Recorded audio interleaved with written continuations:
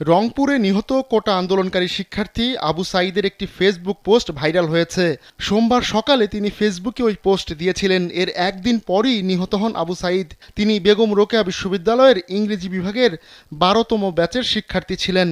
Facebook স্ট্যাটাসে আবু সাঈদ লেখেন, যদি আজ শহীদ হই তবে আমার নিথর দেহটা রাজপথে ফেলে রাখবেন। ছাত্র সমাজ যখন বিজয় মিছিল নিয়ে রুমে ফিরবে তখন আমাকেও বিজয়ী ঘোষণা করে দাফন করবেন। একজন পরাজিতের লাশ কখনো তার বাবা মা গ্রহণ করে না। ফেসবুকে আবেগঘন এমন ভাইয়ের হয় নাই, আমার ভাইয়ের এত মেধা ভাই, আমার ভাই ফাইভে বৃত্তি পাচ্ছে, আমার ভাই এইটে পাচ্ছে, আমার ভাই মেট্রিকে পাচ্ছে, ইন্টারে রংপুর কলেজত ভাই সরকারি কলেজত স্কলারশিপ পাতে ভাই, বাপে আমার খুশিতে কান্দিছে ভাই, হাই রে স্কলারশিপ পাতে ভাই, আমরা মূর্খ মানুষ জানি না এত মেধাবী ছাত্র ভাই, কি জন্য সরকারে মারার অনুমতি দিল ভাই, কি জন্য?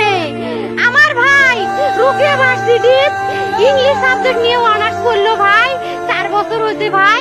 আমার ভাইকে আমি কইনো ভাই মানে বিসিএস করে ক্যাঙ্গেরি ভাই, তোরা না করেন তো কয় সুমি এটাই এই একটা পরীক্ষা চাকরি হোক, মুই চেষ্টা করিম, হোক মুই তোর আশাটাও চেষ্টা করি দেখিম, করেন ভাই, মুখ ভালো লাগে মাইনছে যখন গুলি খাইছে একটা।